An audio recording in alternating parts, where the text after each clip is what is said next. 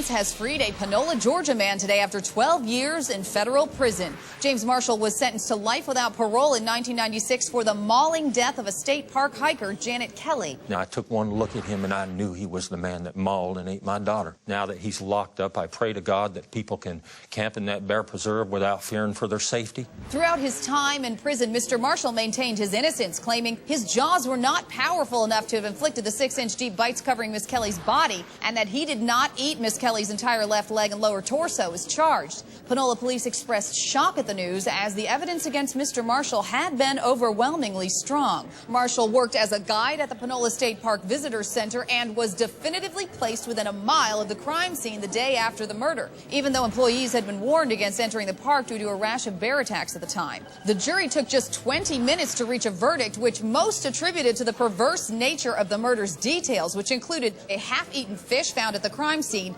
leading Mr. Marshall to be known as the salmon killer. The killer also scattered huge piles of feces around the campsite. They say after he killed Janet, he spent 5 minutes rubbing his hairy back up against a tree to scratch it. This man is sick. The mauling was so vicious that Janet's funeral was closed casket.